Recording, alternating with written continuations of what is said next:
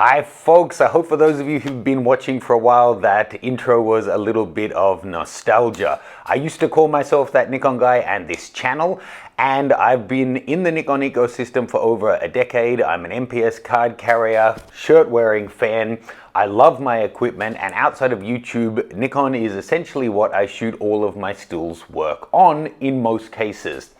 In this video, we're going to talk about the Nikon Z system, my thoughts on it, what challenges they've faced, how they've succeeded, how they've failed, what I hope to see from them next, give you my overview on some of the different equipment here, and do it in a fairly objective way so you can get a sense of where things are sitting in 2021 and what we can expect in 2022. Now, I've had the good fortune to shoot with Nikon DSLRs since the D200. Almost all of the pro bodies since then, bar the D6. This is my old waterlogged D5. I've also had the good fortune to shoot with every one of the different mirrorless cameras. I currently own the Z6ii Z7ii, and I have also owned the Z7 Mark I. And I've also gotten to shoot with pretty much every camera and lens that's been released in the past decade or so. So that's a little bit about my background. Now, in this video, I don't actually have all of the Z equipment here with me, but I did have all of the bodies in earlier this month because I was filming a comprehensive expert setup guide so that if you are a Nikon Z shooter, you'll know your way around the camera and know all of the different intricacies of the options that it presents and how you can customize it perfectly for your style of shooting. I'll have a link to that below. It's over 6 hours in total duration in easy bite-sized pieces so you can find the info that you're looking for. Now, as I said, in this video, I'm going to talk through the challenges, successes, and the future of the Nikon Z system, break down their current range of bodies, and give you some predictions. Fair to say, from the outset, Nikon was late to the party, so was Canon. Nikon went into lenses more heavily at the beginning at the detriment of their early bodies. And I think it was a strategy. In some ways, I think it was a good one, but in other ways, I think it has cost them. I'll put a timeline below because this video may get a little bit long. So look, every brand, when they're building out a new brand, or in the case of mirrorless cameras, building out a new range as kind of a sub-brand within a brand, are going to face similar kind of challenges. And for mirrorless cameras, early on, it's the lack of lenses in native mount and accessories, and the next necessary technical iterations as you move forward. And the flip side of that coin is your existing loyal customers being frustrated at being left behind as the system that they've been shooting with starts to no longer be supported or updated. It's something that they all face.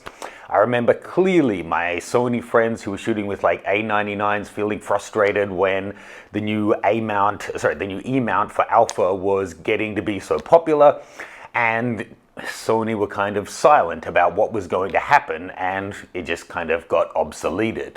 So look, in mid-2018, Nikon finally came out, and they came out both guns blazing with full-frame cameras with the Z6 and the Z7.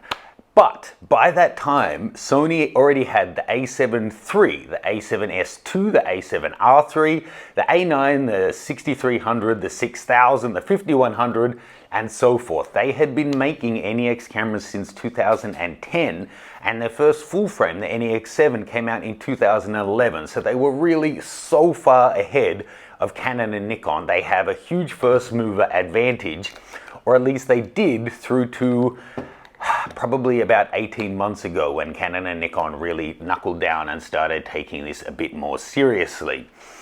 So the Z6 and 7 were good cameras, and if you're looking at them now, nothing has changed. They're still solid performers, definitely useful for professional work, and you can get them at a great price used. The main downsides were they had only one card slot and kind of a slow processor, which meant relatively sluggish performance, and that's about it. Their startup and general operation speed wasn't blistering fast.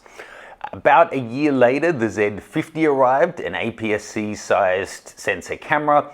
It's very similar layout and ergonomics as the Z6 and Z7. That's still on the market, still a great camera, and one that I'll get to a bit later I think is a great pairing if you're using a Z6 or Z7 as your second body, if you want that to be an APS-C.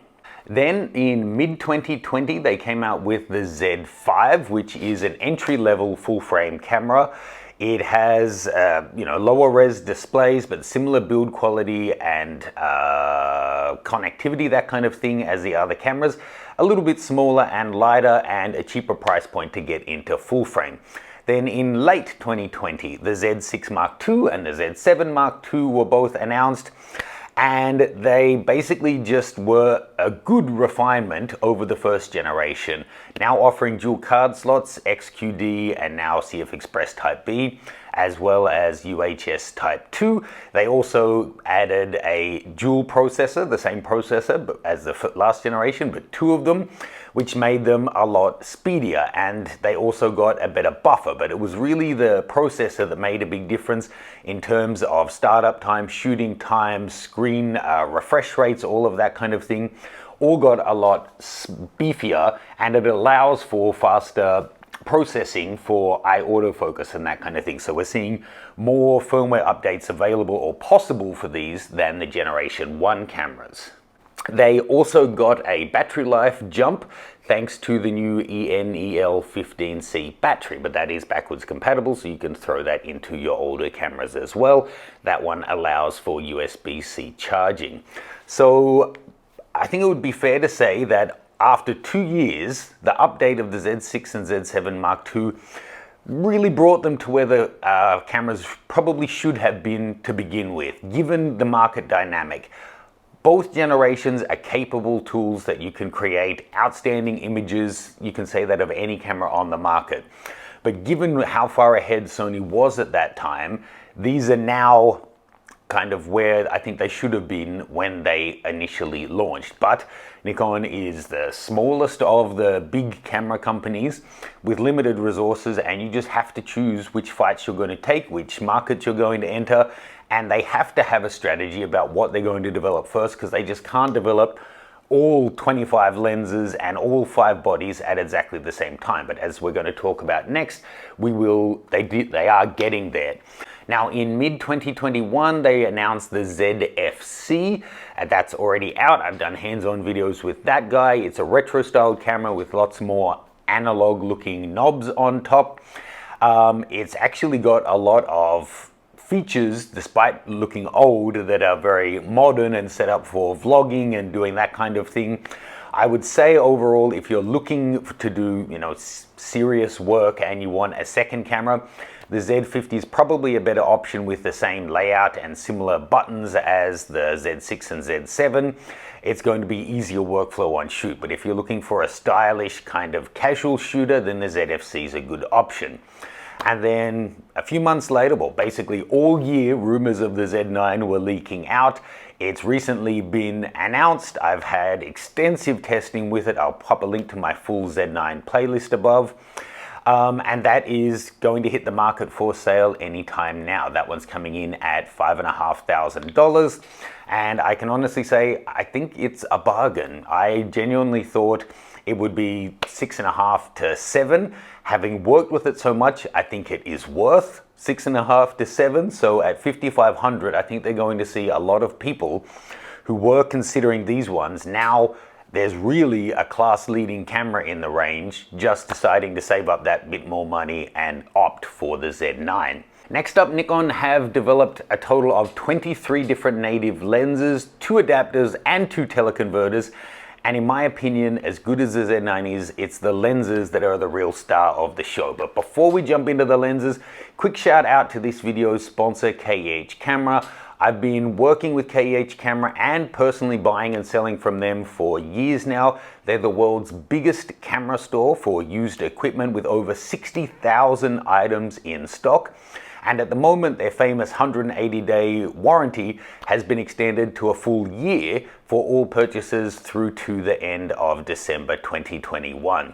They are great people to deal with. They're all honest, and every experience that I've had with KH has been only positive. You can check out the links below and get a bonus 5% on the buy or sell side, whether you're looking to offload some unused equipment to get some holiday money together, or if you're looking to get something new to add to your kit. Use the codes MGShop and MGSell for that bonus 5% on either side. Now, lenses. So early on, Nikon's approach of going hard on creating awesome lenses and acceptable bodies was, I think, reasonable. After all, a camera system is really, bodies come and go. Technology changes, and every couple of years they get obsoleted in the digital era. But lenses are the true hallmark of a great system. And I think the Nikon F-mount system is the greatest SLR range of lenses ever. Well, at least arguably, right up there with Canon at least.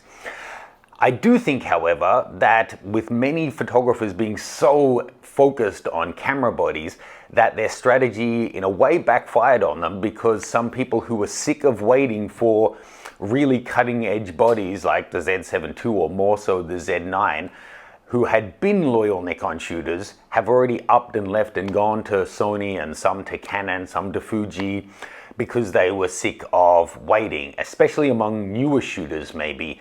I know there's a lot of people who've been shooting for a decade or more with Nikon who've just been waiting for something like the Z9 to come along, but certainly I think they lost some of their potential market share by not coming out harder with the bodies. Time will tell on that though. On the lens front, I have to say, having used pretty much all of the different lenses released by all the big manufacturers in the past definitely 5 years, maybe 10 years, I can say the Z lenses are really spectacular. As I said, the F-mount range was probably the greatest, in my opinion, out there, but optically at least, the Z lenses they're just a notch above. I can't think of a one-to-one comparison where the Z lens doesn't come out in front. Take the 50mm 1.8 S lens. S is their way of designating it as one of the top line lenses. It's already light years ahead of the 1.4G from Nikon. You could say that the 1.4 50mm wasn't really their flagship, the 58 was, but the 50mm 1.2 blows that to kingdom come. And of course the Z range also has the 58mm 0.95. To be honest, you'll never see that in the wild though. It's really a museum piece for collectors at $8,000, huge manual focus. Yes, it's optically almost perfect, but it's really quite impractical. And that's one misstep that I think that they could have put all of the R&D research money that they had put into that and instead funneled that to lenses.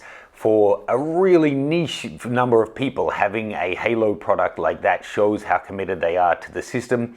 But for most people, it's just, that's interesting, I'll check it out at the next camera show, but they're never going to buy it. So in terms of just a financial return, putting that money elsewhere, I think could have been a better strategy, especially given that they've had some financial trouble in the previous years. Talking 70 to 200s.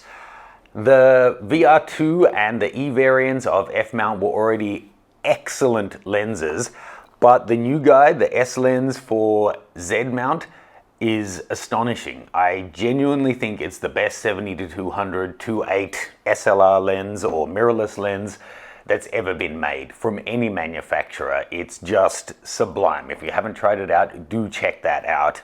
Now, everyone talking about what's coming up soon or on the roadmap, the 400mm 2.8 has been announced. We don't have the timing or pricing for that yet, but it looks great.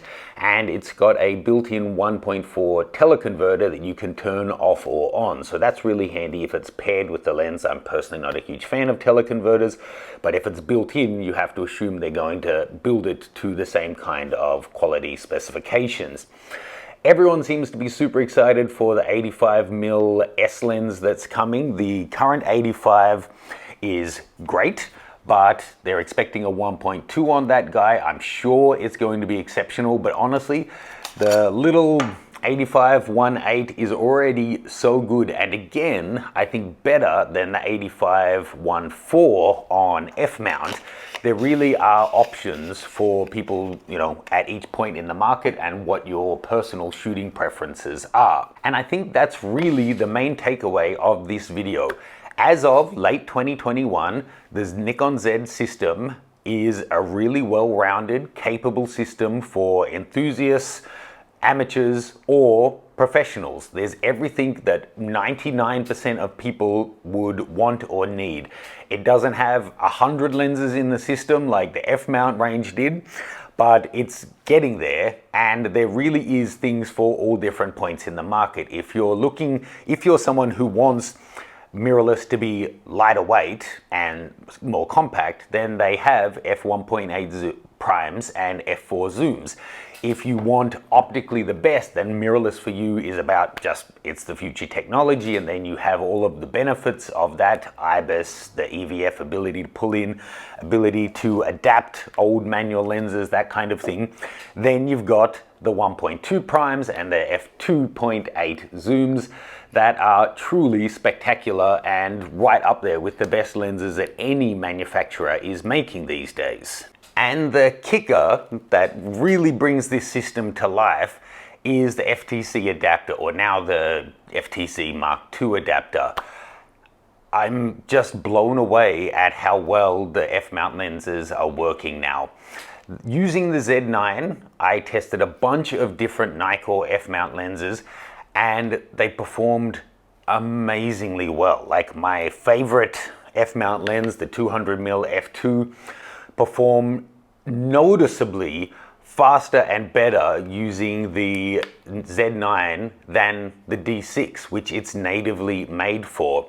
The adapter gives you access to literally hundreds of F-mount lenses, and whilst they already have, I think, 25 lenses and 2 adapters and 2 TCs, so that's giving you access to like 100 native F-mount lenses with autofocus that will give you full functionality with the latest algorithms, with all of the eye tracking, with the improved speed and performance that that Z9 camera is giving. Phenomenal. And the majority of the third-party lenses that I tested were also doing great. And that's a nice little tie back to my friends at KEH Camera. Whether you're looking to get a used Z mount lens or an F-mount lens and bring it to life with the FTZ, or even much older manual lenses and then, you know, use the manual focus capabilities, check them out.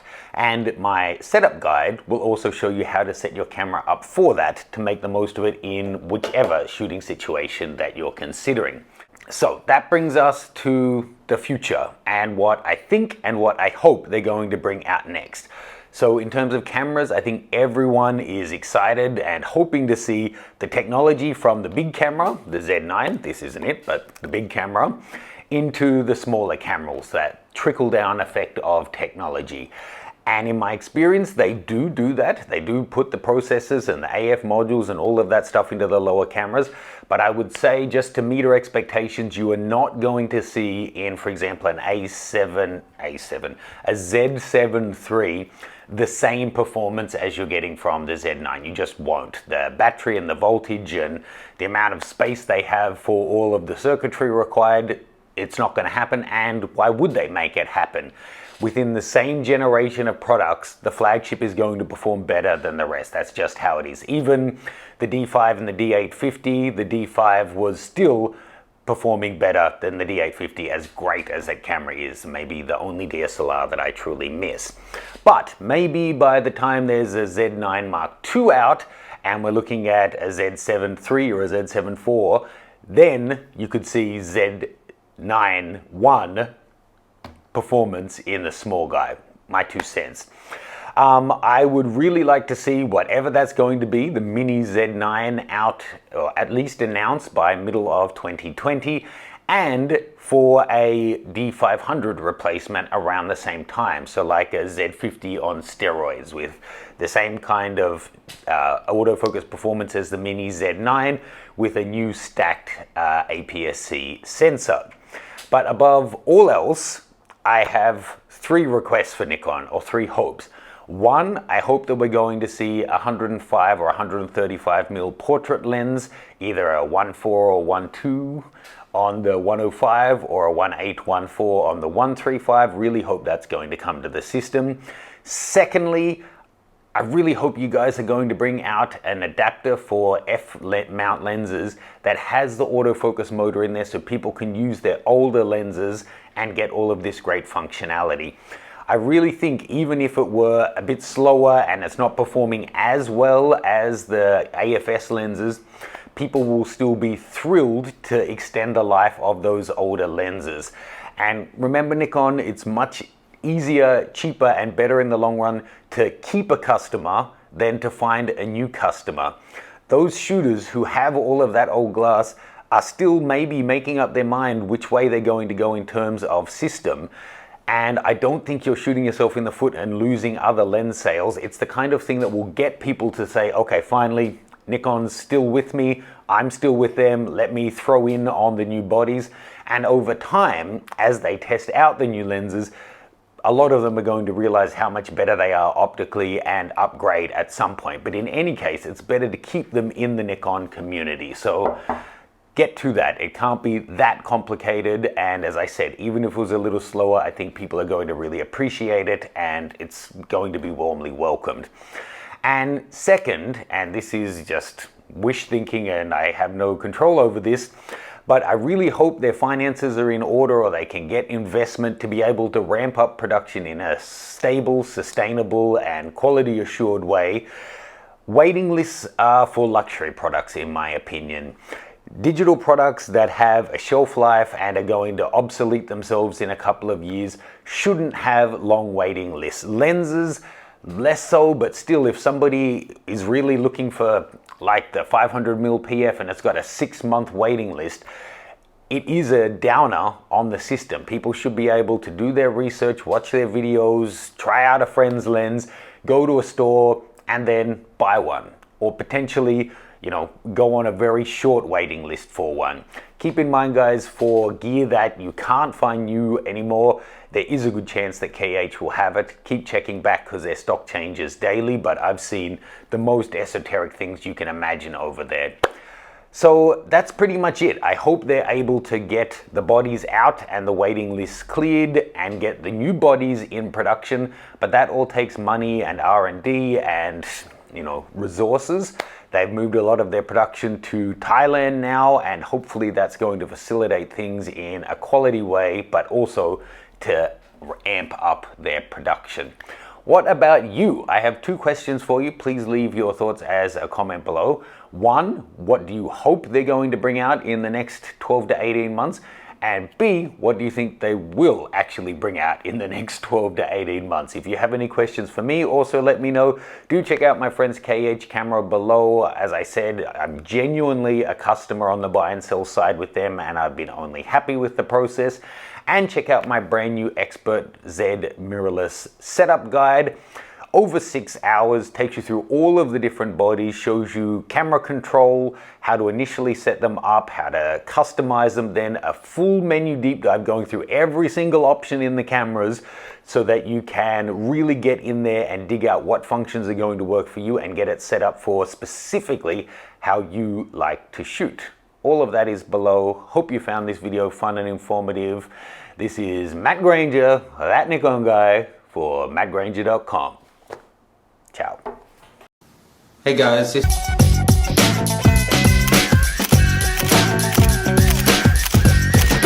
is Matt Granger, that Nikon guy, for mattgranger.com.